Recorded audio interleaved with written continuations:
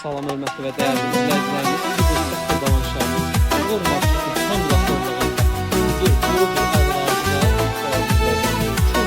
çok az zal stüdiyonu saçması dəyərli izləyicilərimiz Çobanın ərazisində belə bir çok az çünkü bu təminlər, bu qiymətlər yoxdur dəyərli izləyicilərimiz.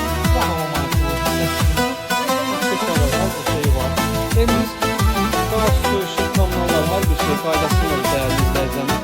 Kondisioner olduğu için qalacaq. Danışıqdan asılıb, əşyalar olduğu için qalacaq dəyərli izləyicilərimiz.